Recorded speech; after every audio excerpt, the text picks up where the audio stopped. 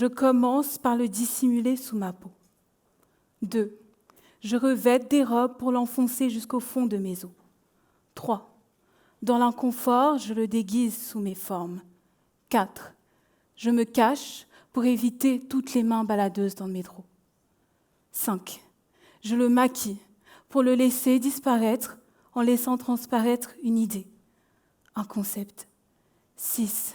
Je finis par l'effacer en portant une jupe, des talons, du rouge à lèvres. Je marche, le sourire aux lèvres. Je suis mère, vierge, silencieuse, douce, petite. Dans la lumière, je deviens ce tableau. Savez-vous ce que signifie qu'être une femme ? Je vais vous le dire. Être une femme, c'est devoir vivre dans un corps où pour survivre, il faut cacher à tout prix l'homme qu'on est en réalité. Parce qu'une femme est considérée comme un monstre lorsqu'elle veut dépasser les lignes socialement établies. Quand elle refuse d'être une mère et choisit sa carrière, elle est défaillante. Puis quand elle choisit d'être finalement cet homme, en aimant bon lui semble, ma foi, sans se soucier des conséquences, elle a apparemment les yeux plus gros que le ventre. En d'autres mots, la condition féminine est inéluctablement une maladie. C'est pourquoi on craint pour nos garçons qu'ils courent comme des filles, pleurent comme des filles, ou pire encore, qu'ils parlent de leurs émotions, car ils risqueraient d'attraper cette fragilité purement féminine.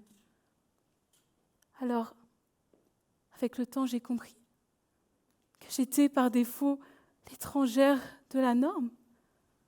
Donc, j'ai demandé à ce monde s'il pouvait m'accorder cette même chance, celle d'être femme en dehors de ce tableau. Mais ce monde a ri à ma requête. Mieux en fait, il m'a prodigué un conseil. N'aie pas les yeux plus gros que le ventre. Mais moi, femme, j'existe comme un tout bien plus complexe qu'une publicité pour shampoing, parce que ma féminité n'est pas une condition, elle est libre. Moi, femme, je me définis comme une force génitrice, créatrice, car mon appétit est aussi grand que l'univers n'est de mes yeux. Alors, dans cette matrix, j'ai hurlé au ciel. Ne dis plus jamais que mes yeux sont plus gros que mon ventre.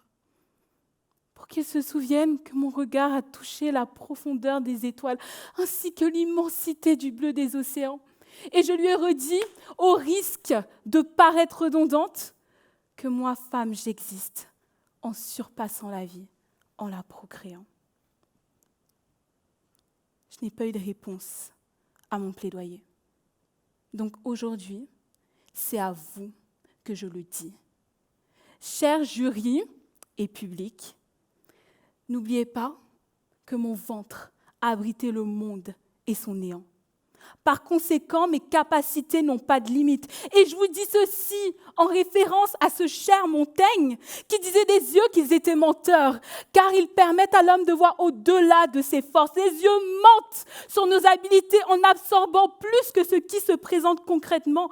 C'est ainsi qu'il traduit ce tourment intrinsèque à la condition humaine par la charmante expression qui se disait dans le temps, avoir les yeux plus gros que la panse, qui deviendra, au travers des changements de la langue française, avoir les yeux plus gros que le ventre. Alors, si je vous ai peint ce tableau, c'est pour que vous compreniez, non, que vous réalisiez à quel point il n'y a rien de substantiel, car derrière une identité, les lignes sont fines. Les hommes sont des femmes et les femmes sont des hommes. Dès la minute où l'un et l'autre assimilent l'infinité de leur être. Montaigne avait tort, car l'homme peut tout absorber grâce à la force de sa volonté.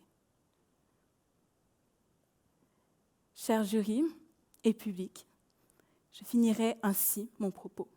Voyez-vous, mes yeux ne sont pas plus gros que mon ventre, non. Mon ventre est égal à mes yeux. Merci.